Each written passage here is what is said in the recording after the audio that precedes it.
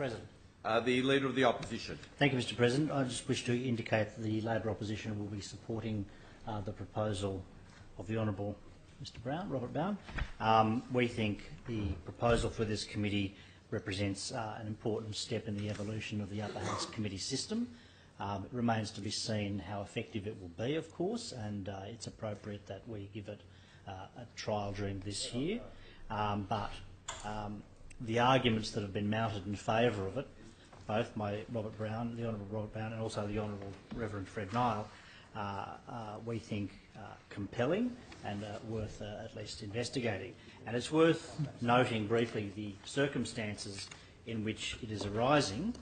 It is arising at a time, and of course, it's not a new development for oppositions or non-government parties to accuse the government of the day of secrecy and cover-up and a lack of transparency.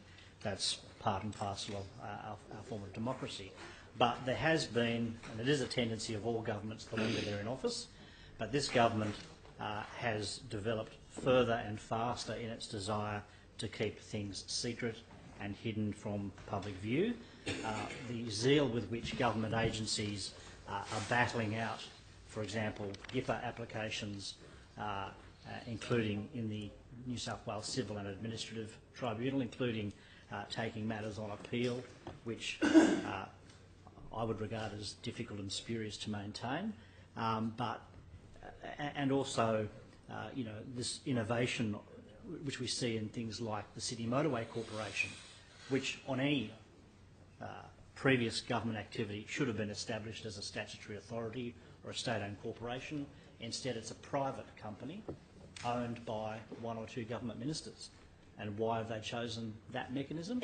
So that it is not subject to all the regime of public accountabilities that would come with taking the usual and orthodox approach. So this government has taken secrecy and obfuscation to a new level, and that is, of course, evident in the stadium's splurge debacle, which, of course, is a matter of significant public record and a policy which is unravelling before the public's very eyes.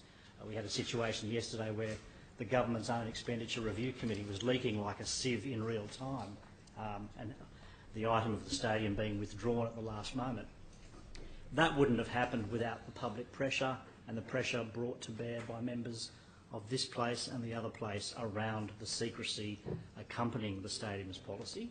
And that is just one indicator of the need for an innovation such as this, and indeed the other committee that we will debate here this morning.